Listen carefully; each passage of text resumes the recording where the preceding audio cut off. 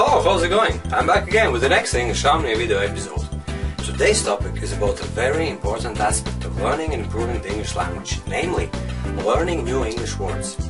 I'd like to show you something.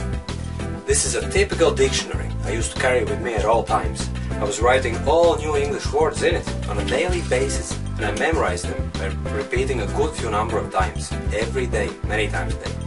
This is just one of such notebooks I had, and as you can imagine, I acquired quite large English vocabulary, thousands upon thousands of words. You may think it improved my English fluency to a level of perfection. You've probably been planning doing the same and start acquiring huge English vocabulary so that you can feel confident and fully engage in conversations with English-speaking people you meet every day. Sorry, I have to tell you that nothing could be further from the truth. Vocabulary acquired this way, by memorizing separate words, like here, translated from your language, will have very little impact on your English fluency. I know it sounds impossible, but stay with me for a few more minutes and you'll find out why memorizing large English word lists won't help you at all improve your spoken English. And I'll also show you how new English words should be learned for real benefit to your spoken language. Okay, there are three main things you have to understand when building up your English vocabulary. First of all, never memorize separate words. Secondly, don't learn English vocabulary through your native language. And thirdly, never ever learn various meanings of the new English word at once. A couple of years ago I was making all three mistakes, and it's not surprising I could only use a small fraction of my English vocabulary when speaking with others. You see, all these words, they were translated in my language, and I used to memorize various meanings of the same words, right? No good. Okay, today we'll discuss the first aspect of English word memorizing, and it's about never memorizing separate English words. When you memorize a new English word just on its own, it's all you're going to have in your brain, a word on its own. You will recognize that word when reading or hearing it, and it's fine. If you spend plenty of time reading English fiction, you will definitely increase your understanding of the English language. You'll also be able to use the newly acquired English word when writing, and it's also an achievement. But unless you realize that spoken language is much different from reading and writing, you will allow yourself being tricked into illusion that your English is improving, only to face constant disappointments every time you have to use English when conversing with real people in real-life situations. The reason behind this phenomenon is quite simple. In a live language, a word actually never stands on its own.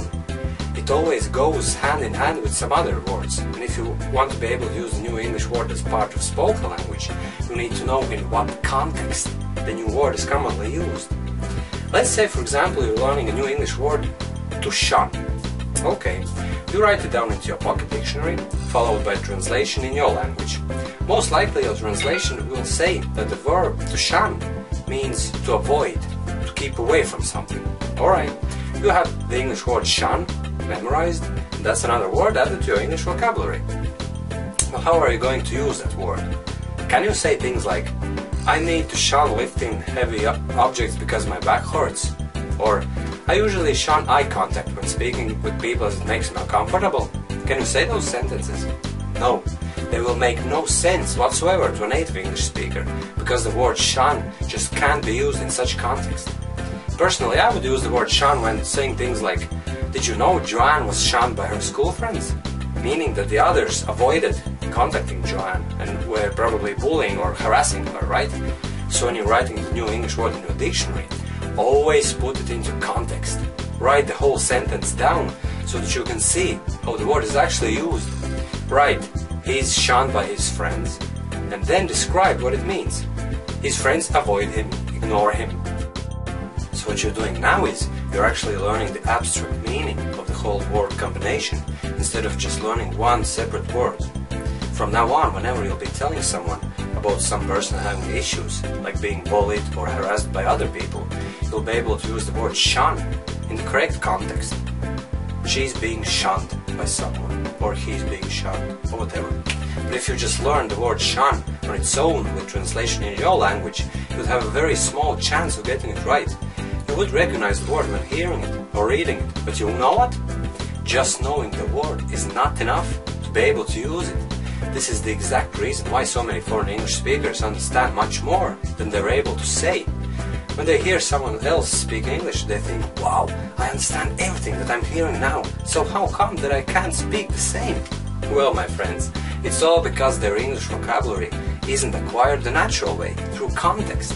They're trying to speak by sticking separate words together, simply because that is the way their English vocabulary is acquired, and the resulting speech is broken, unnatural, and far from being fluent English.